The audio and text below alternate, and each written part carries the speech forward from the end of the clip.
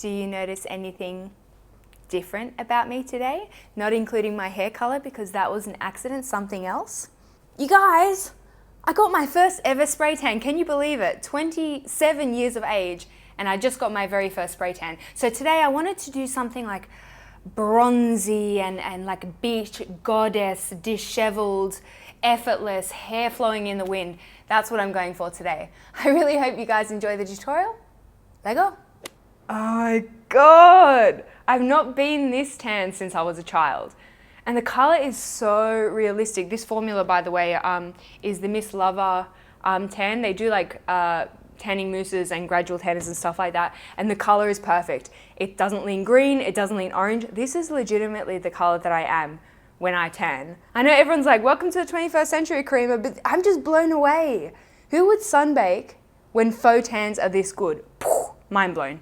On that note about sun smarts, I'm going to start with an SPF.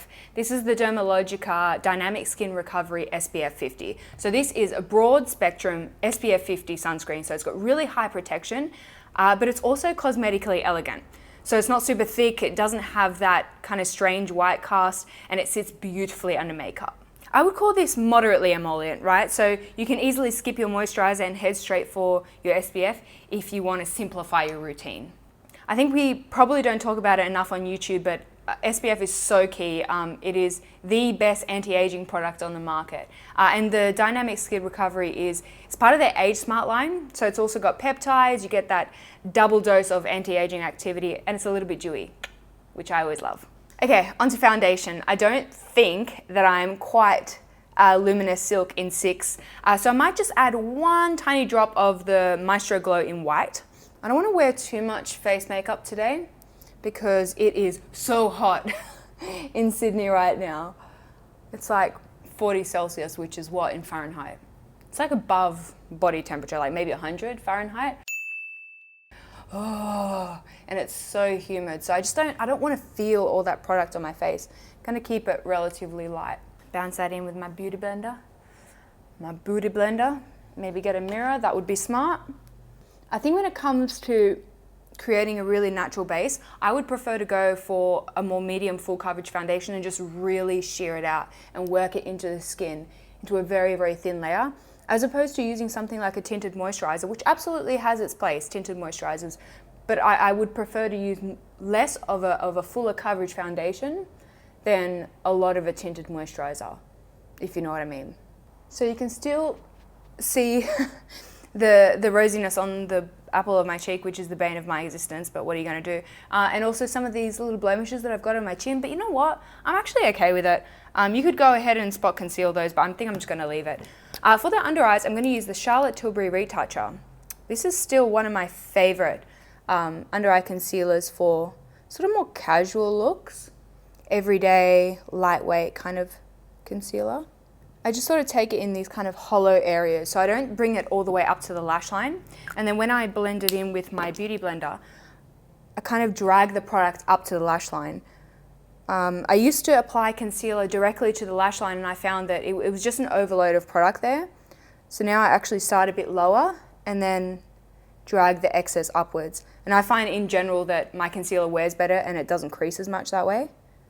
Might balance out that highlight a little bit with just a little bit on the nose, chin, between the brows.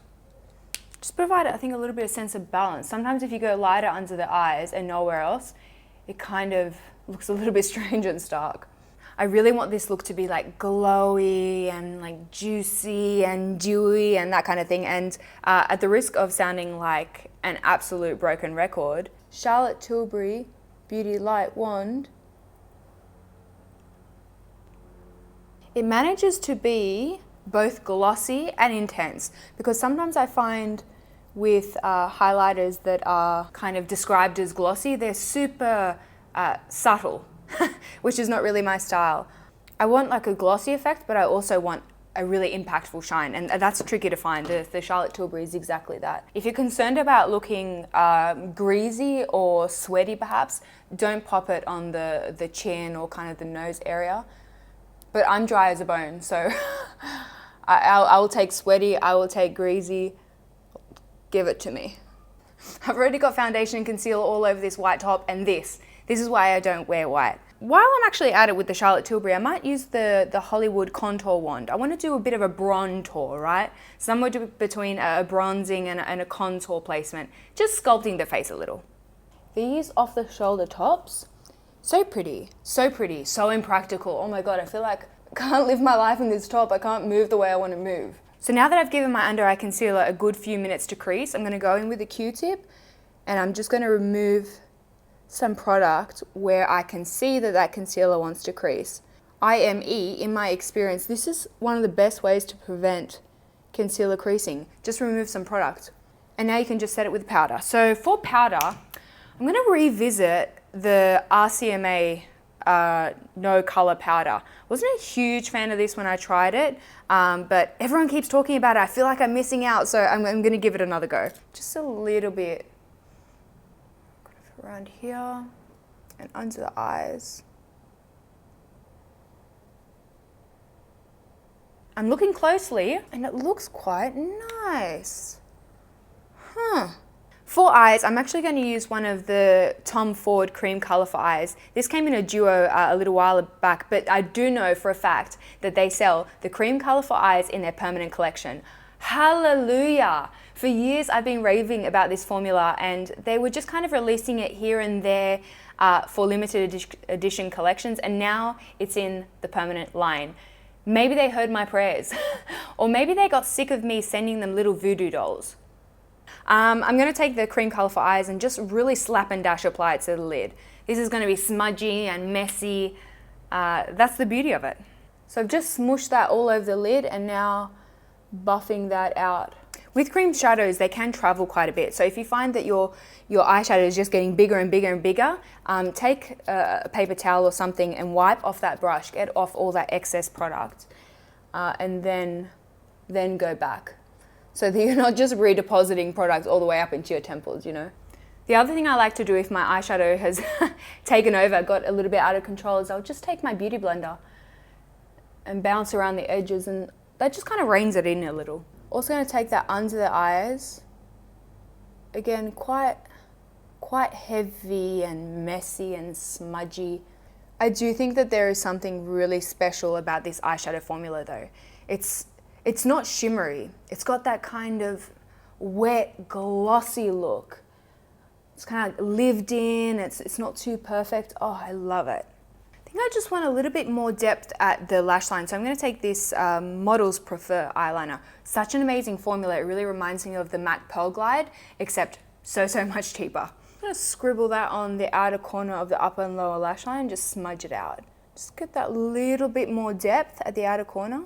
Just as a finishing touch on the eyes, I'm going to take a little bit of that Charlotte Tilbury highlight on a small brush and take it around the tear ducts. Pity my tear ducts suck. We've had that conversation before. My tear ducts are just not the greatest because when I look straight ahead, they're kind of on the bridge of my nose. They don't sit flat. So my tear duct highlights don't look as good as yours probably will. That'll do. I think for the brows, this look, you gotta do the brushed up brow, right? You gotta do that textured Vogue brushed up brow. That is the perfect pairing with this look. Get out my Pears Soap. And then brush all these hairs directly up. And if it looks a little bit crazy, you're probably doing it right. And then once your brows are brushed up, you can kind of determine if you want to add some product to them. I'm going to add a little bit of that Suki brow pen, just where I got some ball spots. And if you want to hear more about my brushed up brow routine, I actually have a video all about it. I'm going to link that on the screen and in the description box. Go watch that. Few little hairs here so that those brows look a bit wild. I completely forgot to put on mascara. I'm gonna give my lashes a quick curl. This is actually a look that if you like that no mascara look, it works here. It really does. But I'm gonna add a little bit of mascara. How pretty are these lash colors? They're like rose gold. These ones are by Mecca. They're really good quality. They feel a lot like my Sheer Mirror ones. So the mascara I'm gonna use is the By Terry Waterproof, because it is so hot right now. So hot right now. And I don't want my mascara to make its way down to my chin. And I'm going to put some on the lower lashes too.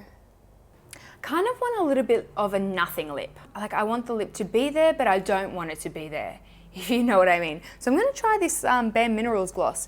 It's got like a soft golden reflect through it, and it's called Far Out. I love that. Are you guys Australians? Far out. Put that on. Oh wow, that's pretty. Tastes good. Oh, it's surprising. I actually really freaking like that. You know what? I was not a gloss person until maybe like 6 months ago, and now I'm suddenly really into the glosses. I feel like I could do a little bit of a lip shading, yeah? So the NYX slide on, glide on, definitely a turn on, something or other. Nude suede shoes. Just a little bit on the edges. I'm going to finish off with the Physicians Formula InstaReady Setting Spray. I'm going to try this out. I'll give that spritzer about a 6 out of 10.